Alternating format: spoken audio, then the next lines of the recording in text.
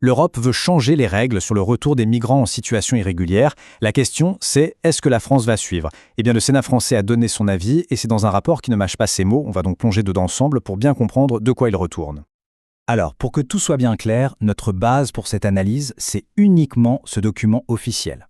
Il s'agit du rapport numéro 230 du Sénat qui a été rédigé par les sénateurs David Margueritte et Olivier Bitz pour la Commission des lois. Tout ce qu'on va voir maintenant vient directement de ce rapport. Au programme aujourd'hui, on va faire simple. D'abord, on va regarder le problème de fond. Ensuite, la solution que l'Europe met sur la table. Après ça, on verra ce que le Sénat approuve et ce qu'il rejette. Et on terminera en prenant un peu de recul pour voir le tableau d'ensemble. C'est parti. Alors, première étape, il faut comprendre pourquoi, au juste, l'Europe veut changer les règles du jeu. C'est quoi le problème à la base? En fait, la question que pose le rapport, elle est assez simple, mais elle est fondamentale. Comment ça se fait qu'il y a un tel fossé entre le nombre de décisions d'expulsion qui sont prononcées et le nombre de personnes qui repartent vraiment? Et ce graphique qui vient tout droit du rapport, il parle de lui-même.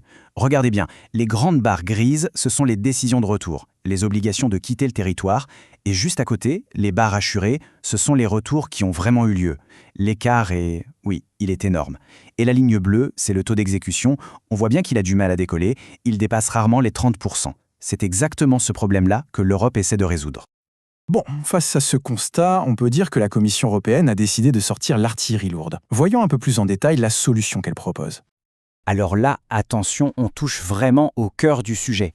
Le changement, il a l'air technique, juridique, mais il est énorme. Avant, on avait une directive. Ça veut dire que l'Europe fixait un objectif et chaque pays se débrouillait un peu pour l'atteindre. Maintenant, on passerait à un règlement. Et un règlement, c'est une loi européenne qui s'applique partout de la même manière, sans discussion. Donc en clair, ça veut dire beaucoup moins de liberté pour la France. Et c'est précisément ça qui coince pour le Sénat. Mais attention, il ne faut pas croire que le Sénat dit non à tout. Loin de là. Le rapport valide certaines propositions, des mesures qui sont jugées utiles pour que le système soit plus efficace. Le rapport est d'accord avec plusieurs points qui semblent assez pragmatiques. Par exemple, l'idée de prioriser l'éloignement des personnes qui représentent une menace pour l'ordre public. Ou encore, créer une vraie obligation de coopération pour les migrants en situation irrégulière, notamment pour leur identification, parce que ça, c'est souvent un gros point de blocage. Il a aussi l'idée d'élargir la notion de pays de retour pour pouvoir renvoyer quelqu'un vers un pays de transit. Pour le Sénat, tout ça, ce sont des outils concrets et utiles qui manquent à l'heure actuelle. Maintenant, passons à l'autre côté de la pièce, ce que le Sénat rejette. Et là, les raisons sont assez claires, il s'agit de protéger le droit français et, paradoxalement, l'efficacité des procédures. Et là, le rapport met le doigt sur un point qui fâche vraiment, en citant la Cour des comptes. C'est le fameux délai de départ volontaire. La phrase est très claire, le délai de départ volontaire est souvent mis à profit par les intéressés pour se soustraire à l'éloignement. Dit plus simplement, ça veut dire qu'on donne du temps à la personne pour qu'elle disparaisse des radars. Et pour appuyer ça, il y a un chiffre. Un seul chiffre, mais il est brutal. Moins de 1,5%. C'est le taux de personnes sous le coup d'une OQTF, une obligation de quitter le territoire, qui partent vraiment de leur propre chef. Moins de 1,5%. On comprend tout de suite mieux pourquoi le Sénat trouve que rendre ce système obligatoire, c'est complètement déconnecté de la réalité du terrain. Donc pour résumer les points de blocage, les lignes rouges pour le Sénat, il y en a plusieurs. D'abord, ce fameux départ volontaire obligatoire, on vient de le voir. Ensuite, il y a l'idée qu'un premier recours en justice suspendrait automatiquement la mesure d'éloignement. Pour les sénateurs, c'est ouvrir la porte à des recours juste pour gagner du temps. Et enfin, le rapport s'oppose à la création de nouvelles structures, de nouveaux contrôles, bref, de nouvelles couches administratives qui sont vues comme des freins à l'efficacité. Maintenant, il faut prendre un peu de recul. C'est très important de comprendre que ce texte sur les retours, ce n'est en fait qu'une toute petite pièce d'un puzzle beaucoup plus grand. Ce puzzle, c'est ce qu'on appelle le pacte européen sur la migration et l'asile. Et dans ce grand pacte, on trouve des concepts essentiels, comme celui de pays d'origine sûre. Qu'est-ce que ça veut dire? C'est une notion juridique en fait.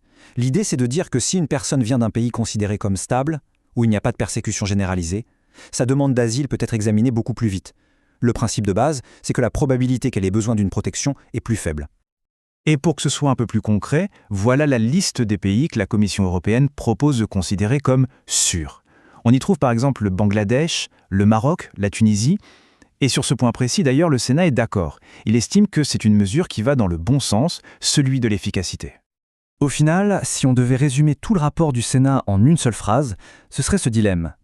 Comment est-ce qu'on fait pour avoir des procédures européennes plus efficaces, parce que tout le monde est d'accord pour dire qu'il le faut, sans pour autant renoncer à notre souveraineté nationale, c'est-à-dire à la capacité de la France de décider de ses propres lois? Et c'est sur cette question de fond qu'on va se quitter. C'est vraiment la question qui est au centre de toutes les discussions à Bruxelles.